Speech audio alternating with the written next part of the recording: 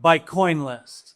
Coinlist came out in 2017, was it 2016 live? 17 launched, and literally came out and raised more capital, launched more unicorns, created more billionaires and millionaires than probably certainly any other platform that I know of. We have Raghav Gulati, the CEO of Coinlist. We have Scott Keto, the president. Please give a hand to the Coinlist team. Thanks for having us. Yeah, that's way to pie. It's also very true. I was one of the original investors in basically all of the Coinlist launches. Filecoin was my that was my big one from 17. I think it was about it was at least a 4-year hold before those tokens ever got launched. But it was again another wonderful, amazing launch. So what I'm hoping to do today, everybody, this is DNA. We're an early stage fund. We've been funding, launching projects throughout this ecosystem, Brock and I, for the better part of 10 years. We've had a chance to work with Coinlist, like on a really, really close basis on a couple of project launches. And they helped raise tens of millions of dollars, hundreds of millions of dollars for big projects. So what I'm going to do is I'm going to spend time asking questions and learning from, like who I have to consider the two most knowledgeable guys for raising funds for protocols in 2025. If you have a project and you're thinking about launching a token, if you don't know Raghav and Scott, you're making a really big mistake. But anyway, with no further ado, how about just like 1 or 2 minutes on your background, Raghav, and tell the story about how you came to be CEO of Coinlist. Background's in maths and software engineering. Where's that key? Let's create a CBCC. So it's the first engineer there, kernel developer, who built that product. And they left crypto, as they do. I think we're being crypto during bear market. It seems to be my first. Ended up starting public companies. Some of them are, some that didn't. Then I worked with Balder on Sparks. That's how I got back into crypto. As I was winding down the startup, contract the Coinlist guys and prepared by them. And over time will be sets for US issues in that 15 company, then for them out. Very amazing. Scott, a quick background. Yeah, sure. So I've actually been at Coinlist since 2018. Before that, I was a VC at Accomplice, which is another fund based out of Boston. We led the seed round at Coinlist. That's how I got involved. I didn't work with Rob on TETC, but I had problems working on TBPC, so I blamed him. But it's very cool. Check that out now. But I've worked on a ton of deals with Coinlist. Filecoin was first, obviously, but we've done a ton of amazing projects. Solana, probably the biggest, most well-known one today, but even more recently, last week we did a launch for Double Zero.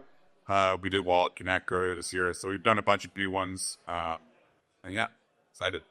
So, I guess the overall idea, and I mean honestly, this is as much for me as anybody else in this room. I don't care who listens, who doesn't.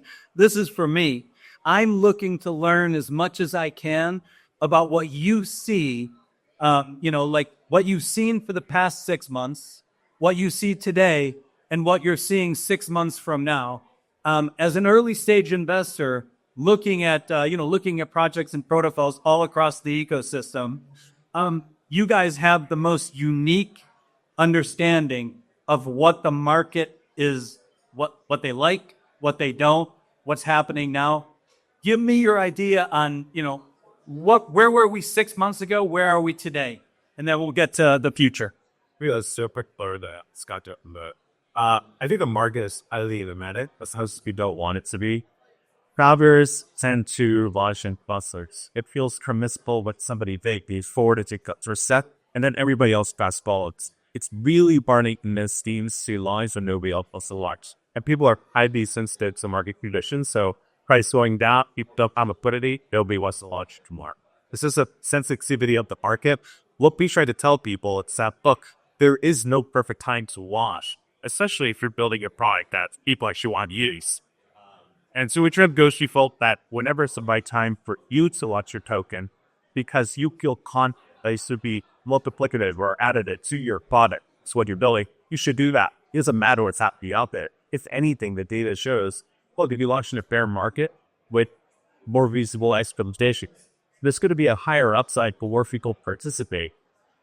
Default, sometimes listening to that advice is sometimes but for the whole market or for you, that's and better take. Yeah, I would say right now is like an extremely volatile time in the market, at least in terms of sentiment. We had, very dismal kind of period pre-Trump. They don't get exuberance post-Trump. And then we went back down to everyone's feeling dismal again. And maybe now we're back. And there's just a lot of volatility and very short windows. Historically, crypto has had, long cycles of like ups, and downs, peaks and troughs. But we seem to be getting a lot more, much closer together, peaks and troughs, especially when it comes to the altcoin market. And what I would say people are, talking to you about right now is like, at least on the funding side, is like everyone wants real products with real revenue. But like, when is there a period that you don't want real products with real revenue? Like that's 100% of the time, all the time, you want that. But it seems to me like the fluff part of the market is not where people are looking, whether that's, meme coins right now or whatever. Those may and will likely have a comeback.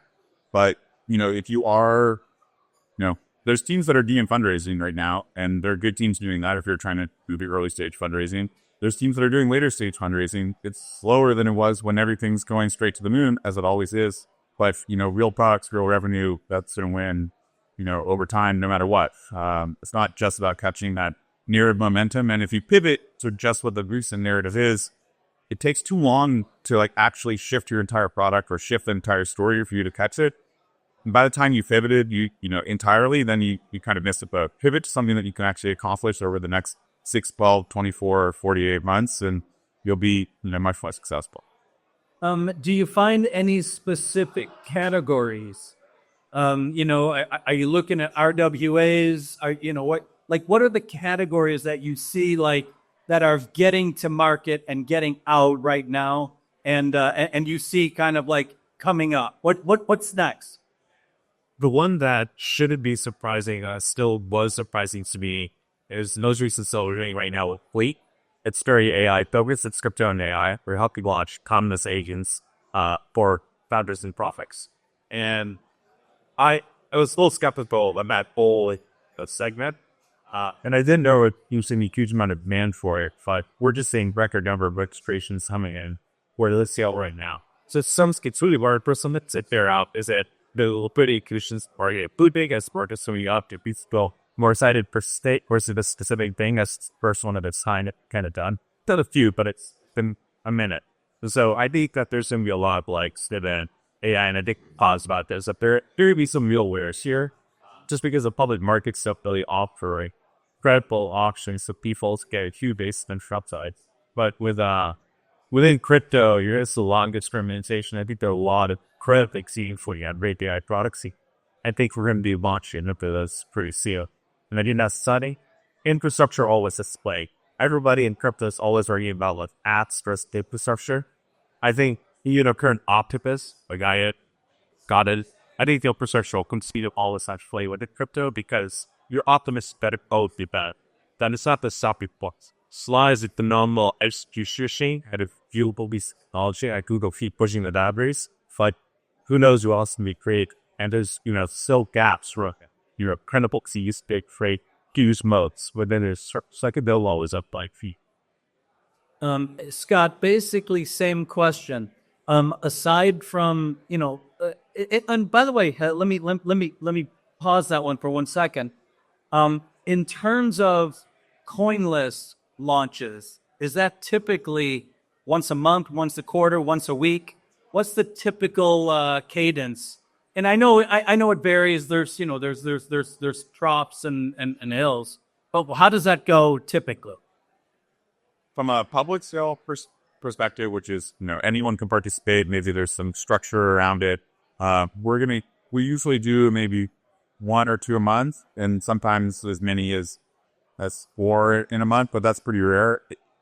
We operate at the cadence of the teams that we like. We're not just pushing things out there that, just because we can. And we can ship a new token every week. There's 1 million tokens now. That's not part of it, but we're looking for great teams to work with, and then we're kind of operating around their cadence, fairly or unfairly.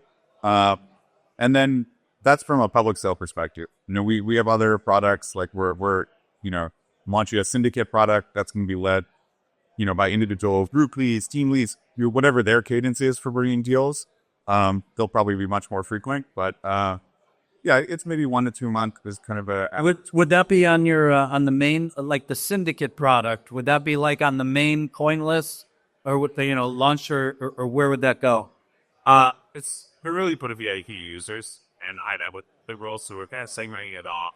It's really a triple exploration. The point is a best takes you to it, but it's aided by exclusively. Just want that to be a level of curation. There's, a number of syndicate parties. I think there's Robert, son of syndicate parties, Jesus. And I think they all had their own different take on the product business. We just want it to be around, hey, if we want to make the best highest quality cap tables for you with some of the brands that we've got joining. This is a curiosity question also. Have you ever, or will you, do an equity-only sale? Okay. That tells me all I need to know. I'm excited to hear about that. So in terms of like the, we heard Arthur, the one and only Arthur Hayes, talk about how stupid VC token structures are. Taking these, early stage founders, giving them $100 million, putting billion dollar listings out there, and then watching the tokens crash. When Coinlist does this, and I know from experience that you guys are very sensitive to like pricing. What do you see as like the average, fully diluted market cap pricing for a token launch, and typically how much are you seeing raised in these public sales as of today? And, what do you see happening over the next few months? The FPV ranges are pretty wide, at least depending on what the product is, what stage is, all that stuff. But anywhere from like 50 to 350, sometimes 400. But it depends a lot on what the team has done before that. And obviously, we're sensitive to the token distribution. Our belief is that the more tokens that are in the hands of real individual users, net is going to be a positive to these projects. I mean, the protocols and applications that are leveraging blockchain. One of the core reasons that you're doing that is you're incentivizing, user behavior with the token and with the network itself. And if you can get your token in the hands of the people that are using it, then obviously your network is going to be more valuable. And one of the challenges with the VCs or the market makers or whoever, ignoring the token dumping is that they're not actually active users of the network. They're, active participants from a trading perspective or investment perspective, and that is valuable. But, part of the reason that Coinlist exists is fundamentally to bring the users, and those users could be you and me, it could be high net worth individuals, it could be people in Dubai, it could be people in Africa, it could be people in the United States. It doesn't really matter.